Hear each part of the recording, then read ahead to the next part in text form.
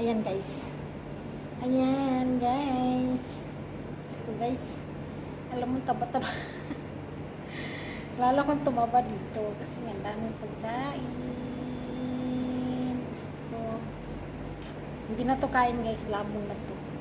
Ang dami. Chicken wings. Chicken wings and neck. Is a kaloritang wings. Wings and neck chicken. Yun guys, yan ang ulam namin ngayong tanghali dito sa Kuwait. Yan, sarap guys. Sarap siya.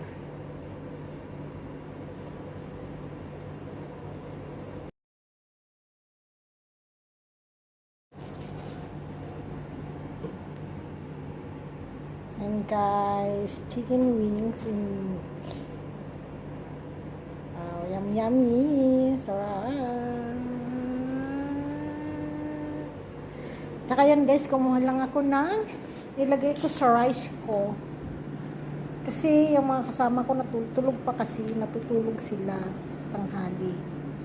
Ako naman, pagkatapos na akong kumain, matutulog.